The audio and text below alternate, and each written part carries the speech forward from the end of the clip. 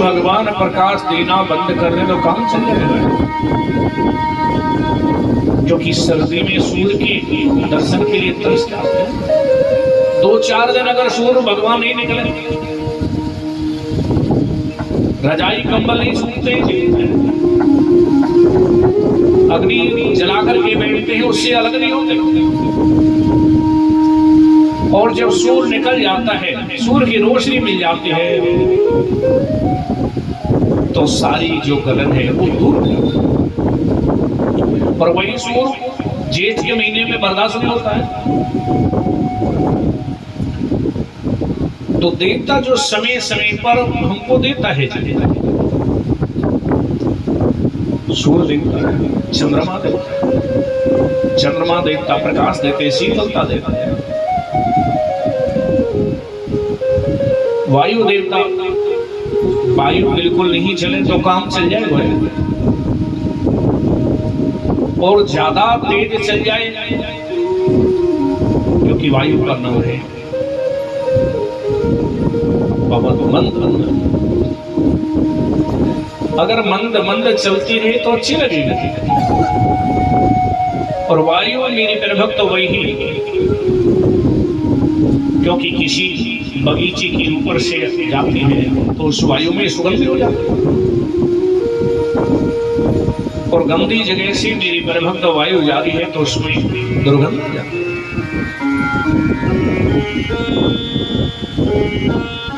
तो वायु मेरी प्रभक्त हमको पवन देवता वायु देते, इंद्र देवता मेरी प्रभक्त को बारिश करते हैं। बारिश बिल्कुल नहीं हुई तो काम ना चलेगा। यन्नादर भवन्ति भूतानि पर्जन्यादर संभवा, यज्ञात कर पर्जन्यो यज्ञ करम समुद्भवा। बारिश बिल्कुल नहीं हुई तो भी काम ना चलेगा, और ज्यादा है जाए तो बाढ़ आ जाएगी। तो समय समय पर जो देवता हमको देते हैं उनको कहते हैं देवता। तो संसार किसके अधीन है? देवताओं के अधीन है। देवाधीनम जगत् सर्वम मंत्राधीनम च देवता। और देवता किसके अधीन है जी? मंत्रों के अधीन है। देवताओं की जो शक्ति है मंत्रों से बढ़ती है, क्योंकि जितनी भी राक्षस इत्यादि हैं बड़े उच्च कोटि के, हिरण्याक्ष, हिरण्यकशिपु, रावण, कंस जैसे, क्योंकि देवताओं की और दैत्यों की पहले से बेमनस्ता रही है। तो देवताओं को निर्बल करने के लिए, देवताओं को परास्त करने के लिए, देवताओं से लड़ने के लिए पहले राक्षस क्या करते थे कि जाकर के देखो कहीं मंत्र उच्चारण तो नहीं हो रहा, कहीं हवन यज्ञ तो नहीं हो रहे, कि जाकर के यज्ञों को बंद कराओ, यज्ञों में जाकर के विघ्न डालो। तो राक्षस जाते थे मेरी प्रभक्त,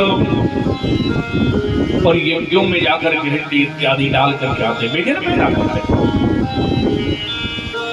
क्योंकि जब तक यज्ञ होते रहेंगे तो देवताओं की शक्ति बढ़ती रहेगी, और जब देवताओं की शक्ति बढ़ेगी तो देवता प्रसन्न होकर के पृथ्वी खुशहाली से छाई रहेगी।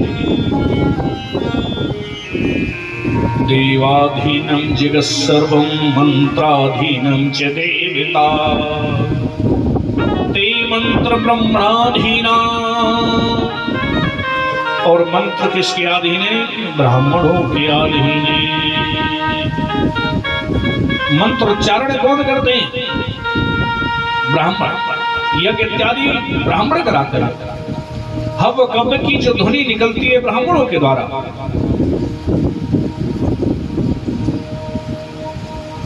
इसलिए पृथ्वी के जो देवता है ब्राह्मण, तस्माद् ब्राह्मण देवता। राजा बलि कहते महाराज मैं धन्य हो गया, कृतकृत हो गया, मेरा यज्ञ सफल हो गया। क्योंकि जागर साधु न पूजी, हर की सेवा नाए, ते घर मरगट सार के भूत बसे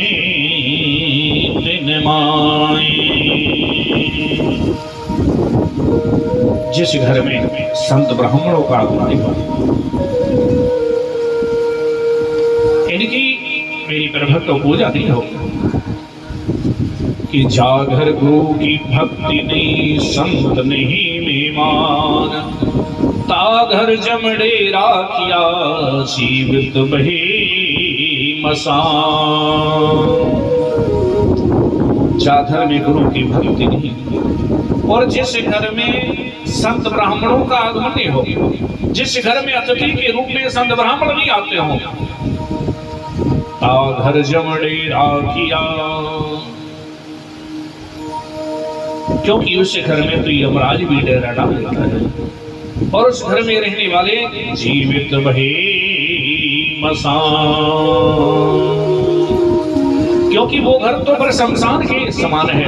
और शमशान में कौन रहते हैं जी? भूत प्रेत रहते हैं। कि जागर साधु न पूजी हर की सेवा नाए, ते घर मरगट सार के भूत बसे तिन माए।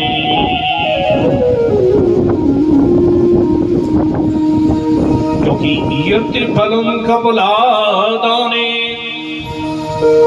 कार्तिकयां ज्येष्ठ पुष्करे, तत्फलं पांडव्य प्राणां पाद शोचने। यत्फल कि जो फल गायों में श्रेष्ठ है, कपला सुरभि श्याम, इन गायों के दान करने से, यत्फलं कपलादाने कार्तिकयां ज्येष्ठ पुष्करे। और तीर्थ स्नान के लिए 2 महीने का जो ज्यादा है अच्छे, कार्तिक का और ज्येष्ठ का। इन महीनों में भी जो बड़े तीर्थ हैं, पुष्कर, प्रयाग इत्यादि, तीर्थ स्नान करने से जिस पुण्य की प्राप्ति होती है, वही पुण्य यदि कोई संत ब्राह्मण द्वारे पराजय का चरण प्रक्षालन करके, चरण धो करके घर में छिड़कने से उसे पुण्य की प्राप्ति हो जाती है। राजा बलि कहते, महाराज मेरे बड़े अहोभाग, आप पधारे, और आपको देखकर के ऐसी लगता अपना सब कुछ न्यौछावर कर दो, सब कुछ लुटा दो। किसी व्यक्ति से, किसी संत ब्राह्मण से पहली बार मिले हुए ना, और उसको देखकर के ऐसी लगे समझो कुछ ना कुछ इसमें देवी शक्ति है। लेकिन वामन भगवान की माला चले, एक शब्द भी नहीं बोले। वामन भगवान ने सोचा कि किसी से अगर कुछ लेना है ना, तो दिखाना तो पड़ेगा। राजा बलि कहते, महाराज हम तो इनकी इतनी प्रशंसा कर रहे हैं तो कुछ बोलते नहीं है। शुक्राचार्य जी कहते, राजन इनकी माला चले है ना, और माला का विधान बीच में नहीं बोलना चाहिए। अब तो शुक्राचार्य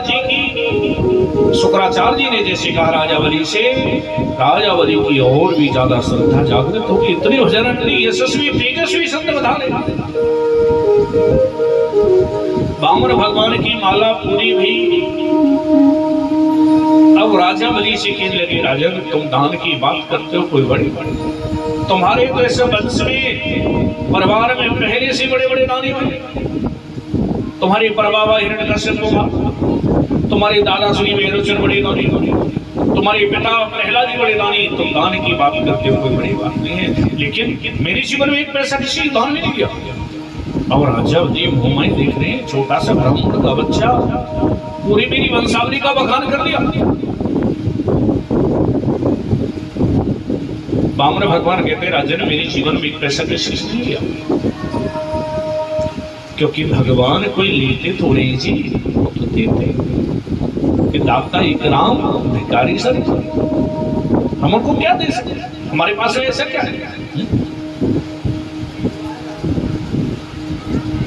एक बार रहीमन जी ने विचार किया, मैं प्रभु को क्या दूं, क्योंकि भगवान को तो हम अपना मन भी अर्पण कर दें, भाव अर्पण कर दें। जो भी हमारे पास में जो सामग्री प्रेम से अर्पण कर रहे हैं, उसी को स्वीकार करें, क्योंकि भगवान को हमसे कुछ चाहिए तो वो तो सबको देने वाले। परंतु हमारी भी भावना है, हमारी भी श्रद्धा होती है, हमको भी विचार करना चाहिए, क्योंकि जैसे अपने माता पिता उन्होंने जी, अब माता पिता को क्या चाहिए आपसे, वो चाहिए तो है, क्योंकि माता पिता जो भी करते हैं अपने बच्चों के लिए करते हैं, संतान के लिए करते हैं।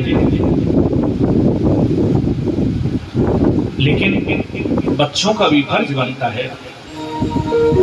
अब बच्चे सैलरी लेकर के आए, आकर के अपने माता पिता के हाथ में दे दी, थमा दे,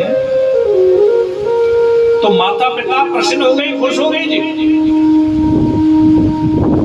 उसको फिर आपको ही दे देंगे, अपने उसमें खर्चे में करना है। लेकिन एक बार उनके हाथ में ला करके देने से वो प्रसन्न हो जाते हैं, उनका मन गदगद हो जाता है कि हमारा बच्चा कितना अच्छा है, आकर के सैलरी हमें दिए है। और सैलरी मिली देकर के चली गई, माता पिता को बताई भी नहीं है, तो माता पिता मेरी पैर तो थोड़े दुखी होते हैं। इन बच्चों के लिए हमने कितना क्या किया।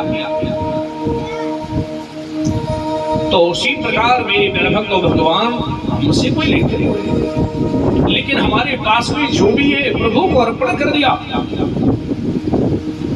भगवान उसके बदले में मेरी भक्त, क्योंकि हमारे दो हाथ है, हम दो हाथ से देते हैं, भगवान के हजारों हाथ है, हजारों हाथों से लौटाते हैं जी।